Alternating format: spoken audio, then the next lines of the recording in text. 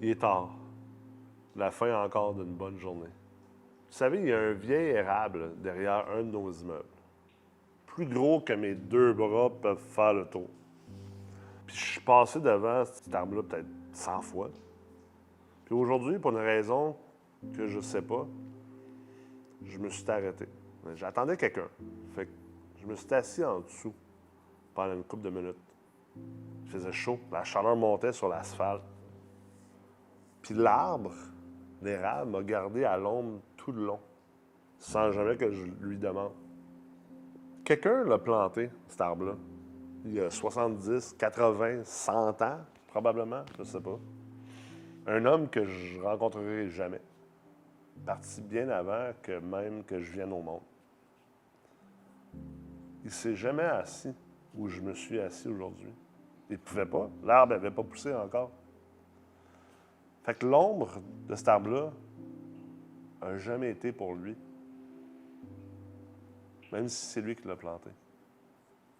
J'ai pensé à cet homme-là à soir. Aux affaires qu'on fait pour du monde qu'on rencontrera jamais. C'est une vieille phrase. Certains disent que c'est, je pense que c'est de la Grèce antique. Je pense même qu'elle est probablement plus vieille que ça. La phrase, c'est « Une société devient grande quand des vieux plantent des arbres, sachant qu'ils ne s'assieront jamais sous leur ombre. » C'est quasiment toute une civilisation dans une phrase. C'est fou, ça me donne la chair de poule. C'est pas qu'est-ce que moi je peux retirer de ça. C'est qu'est-ce que je peux mettre en terre qu'un autre va récolter bien après que moi je récolte plus rien, que je sois même plus là. Marc Aurèle n'arrêtait pas de s'écrire à quel point il serait oublié vite. Bon, il n'avait pas raison, mais il se levait pareil, puis il faisait quand même le travail, puis il affronterait quand même les défis. Voici ce que ça fait à la manière dont moi j'analyse un immeuble. La plupart de la finance roule sur une horloge d'un fonds. 7 ans, peut-être même 10. Tu ramasses du cash, tu achètes, tu presses le citron, tu le vends, tu remets le rendement, tu recommences. Mais un immeuble, ça ne vit pas sur une horloge de 7 ans. Les gens veulent sortir leur cash après 2-3 ans. Voyons. Un bon immeuble, ça vit 100 ans, 200 ans. Puis les familles en dedans se foutent de quel trimestre que tu es rendu dans tes états financiers. Puis cet écart-là, entre l'horloge du fonds puis l'horloge de l'immeuble, c'est là que quasiment tous les dégâts de l'immobilier se cachent et le potentiel est perdu. Un gars qui tient un actif 7 ans va prendre des décisions correctes pour 7 ans. Puis il va probablement empoisonner tranquillement les 50 années d'après. Tu le vois dans les petites décisions. Le toit que tu retardes parce qu'il va lâcher sur le chiffre de quelqu'un d'autre. L'entretien que ta femme pour gonfler le chiffre juste avant que tu vas vendre. Les locataires que tu tasses tranquillement parce que le modèle, il aime ça du roulement puis il veut plus de revenus. Chacune de ces affaires-là, c'est un prêt pris sur un futur que tu as arrangé pour ne pas avoir à voir. Être gardien, c'est juste de refuser ce trade-là. C'est ça être un investisseur. C'est long terme. Tu ne possèdes pas un immeuble, tu le tiens pour un bout de sa longue vie. Toi, tu es un chapitre. Tu n'es pas l'auteur. J'ai tenu des immeubles que j'aurais pu flipper pour un multiple rapide, puis je ne l'ai pas fait. C'est exactement pour ça. Je ne veux pas le couper, l'arbre, trop tôt. En fait, je ne veux jamais le couper. Laisse-moi te dire où ça a arrêté d'être une théorie pour moi. L'argent que nous, on a mis dans notre véhicule, dans notre compagnie, puis le carry qu'on gagne par-dessus, ça ne sortira jamais. Le profit partagé. Pas pour moi, pas pour mes enfants, à dépenser comme qu'ils veulent. ça va être gardé, tenu, placé peut-être dans une fondation qui est pointée sur la même mission que moi j'ai parti. Bien après que je sois plus là pour la diriger puis la pointer. Ce que mes enfants héritent, c'est pas du cash, c'est une responsabilité. C'est pas un chèque à encaisser. Ils vont hériter de l'ombre. Pas de la hache, puis pas du bois, mais des fruits, oui. Les villes dans lesquelles on met notre vie présentement, les rues guéries, les familles qui ont pu rester dans les immeubles qu'on achète, la plupart de ça mûrit quand je vais être très vieux. Je vais avoir vraiment les vrais résultats quand je vais être vieux. Une bonne partie mûrit même après que je sois parti. C'est correct. Pareil pour les partenaires qui investissent à côté de nous. Si nous, on fait ça comme du monde, on va plier la direction de leur lignée pour probablement des générations. Puis, je ne serai pas là. Je vais être mort pour la plupart de tout ça, de ces bénéfices-là. Moi, j'ai fait paix avec ça. De bâtir des affaires que je ne verrai pas finies. Je ne vois même pas ça comme triste. Je vois ça comme... C'est ça le but. C'est ça le but. Ça fait que voici ce avec quoi je te laisse ce soir. Regarde la plus grosse affaire que tu bâtis.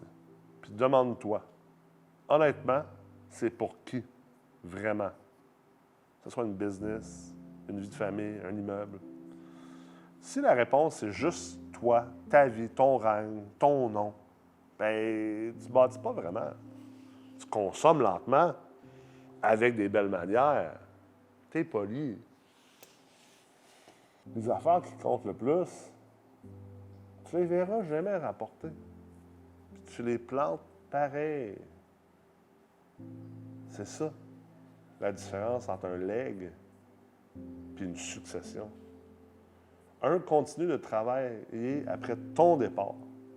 L'autre, il fait juste se diviser et créer de la chicane. Ça fait que, qu'est-ce que tu tiens là maintenant qui n'a jamais vraiment été à toi à garder? C'est une bonne question. Puis tu le tiens-tu comme un propriétaire? Ou comme un gars qui sait qu'il est juste l'ombre pour quelqu'un qu'il ne rencontrera jamais? Ou une fille, bien sûr. Ça me fait penser à la pyramide de Maslow.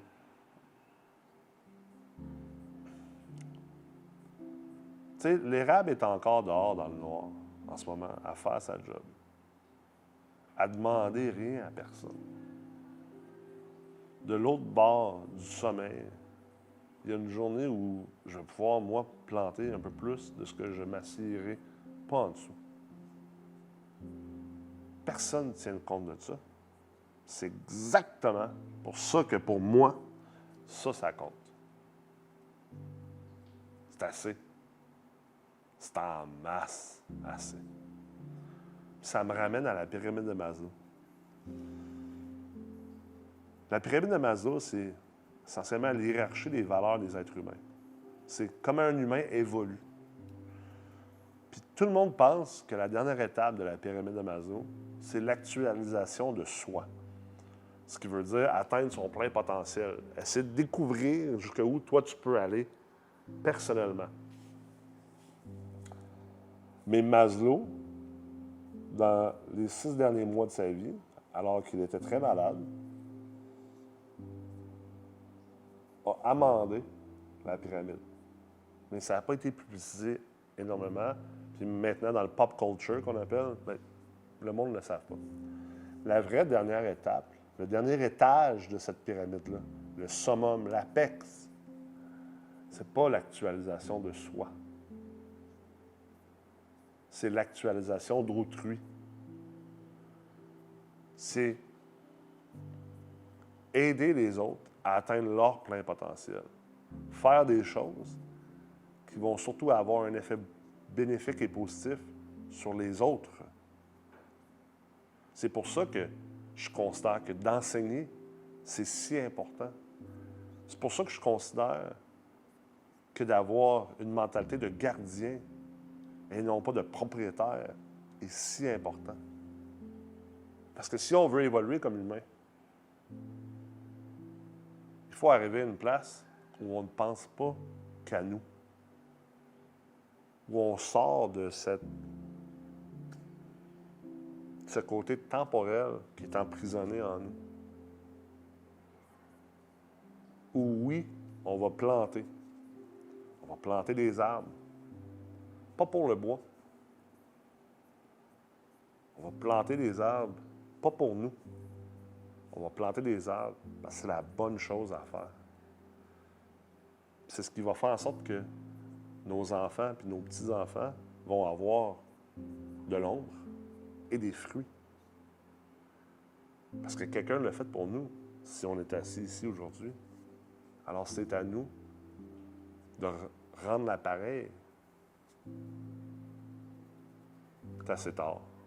On a assez parlé. Merci beaucoup d'avoir été là avec moi. Je m'appelle Nicolas Ray.